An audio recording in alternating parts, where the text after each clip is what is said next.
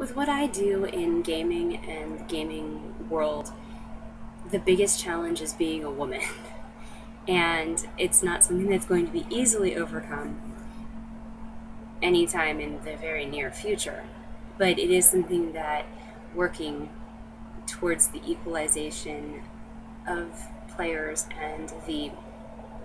de-stereotyping of gamers in general and female gamers at that is a good goal. Most of the time when I am presented with the challenge of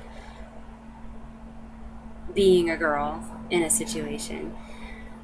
related to gaming, my first course of action is to identify exactly what the hang-ups are. If it is just because I'm a female,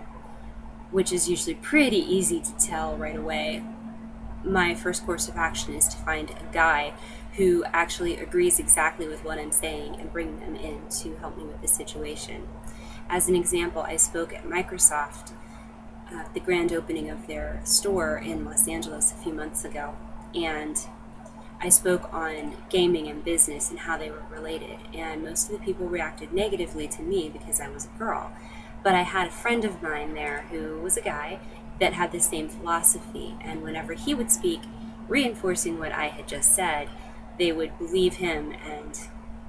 had a tendency to go with what he was talking about over what I was talking about, even though it was the same thing. It's not the best solution, but it does help to take a situation that could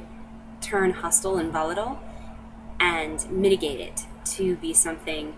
for the greater good.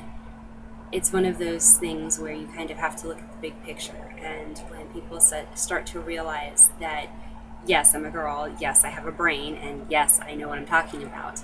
then I think people will get on board with it a lot more readily than they do now. So, to summarize,